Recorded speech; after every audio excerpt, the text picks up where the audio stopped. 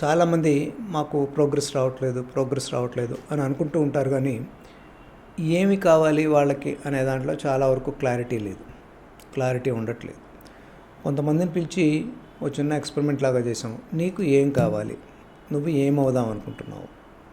నాకు అది కావడం ఇష్టం లేదండి, ఇది కావడం ఇష్టం కాలేదండి, ఇది కానండి, నాకు ఇది వద్దండి. చివరికి మీకు ఏవి వద్దో చెప్తున్నారు తప్ప మీరు ఏమి కావాలనుకుంటున్నారు, ఏది చేస్తే మీకు మంచిది, దాన్ని చేయడానికి మీరు స్టెప్స్ ఏం తీసుకోవాలి, ఈ కోణం నుంచి చాలామంది ఆలోచించరు. ఒక నిర్దిష్టమైన గోల్ పెట్టుకుని వస్తాడు.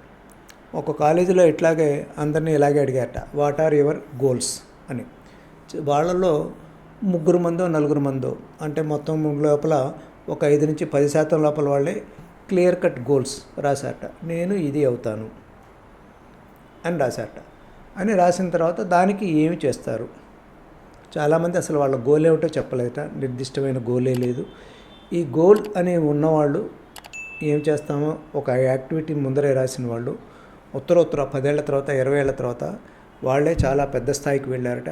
వాళ్ళే మిగిలిన వాళ్ళని శాసించే స్థాయికి, లీడర్షిప్ స్థాయికి ఎదిగారట. మీరు చూస్తుంటారు, ఈ ఆటోబయోగ్రఫీలు కొన్ని చదువుతుంటారు. ఎందుకు మన చంద్రబాబు నాయుడు గారే ఉన్నారు. ఆయన చిన్నప్పుడు స్టూడెంట్గా ఉన్నప్పుడే స్టూడెంట్ నాయకుడు, కాలేజీలో ఎలక్షన్స్లో పార్టిసిపేట్ చేసి వాళ్ళని కన్విన్స్ చేయడానికి అలా కాలేజీలో నాయకుడు. అలా వాళ్ళు రాజకీయాల్లో రాణించారు. ఇలాగా మీ నిర్దిష్టమైన కార్యక్రమం పెట్టుకుని, ఒక గోల్ పెట్టుకుని, దాన్ని ఫ్లెక్సిబుల్గా పెట్టుకుని కార్య ప్రణాళిక వేసుకుని దాని ప్రకారంగా సాగండి. All the best.